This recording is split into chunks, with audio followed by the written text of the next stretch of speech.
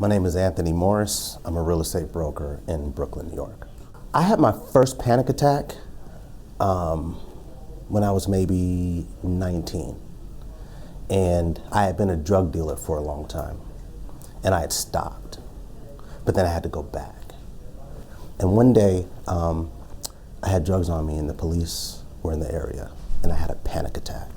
It was a moment when I had no idea what to do with myself. I couldn't catch my breath. I couldn't think straight. I didn't know that that's what it was, but I knew that my career as a drug dealer was over.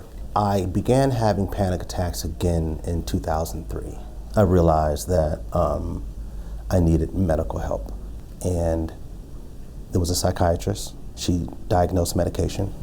After taking the medication for about 5 weeks, I woke up twice one morning. You know, it's like I woke up and then I woke up again and I was back in my life and I was back in my body and I was back in the present moment. I was no longer in my depression. And that was the first step, was really regaining my mental health. So yeah, first came the mental health, then came the emotional stability and the clarity of thought to be able to make better choices. Then second was the physical. I was 225 pounds. I was medically obese, morbidly high cholesterol, sleep apnea, type 2 diabetes, as well as clinical depression, PTSD, and anxiety. So I had a lot to work on in my life. And I found that eating better made me feel better. And I lost weight, which also made me feel better.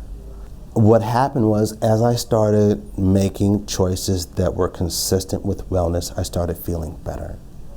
And in feeling better, I was able to make better choices because I was in a better place when I had to make the choice. It was just sort of a process that began to feed itself. It took a lot of work for me to feel like a whole person. It took a lot of work, right? And in feeling like a whole person, I can make holistic choices. I can take more into consideration when I'm choosing for myself and choosing for my life.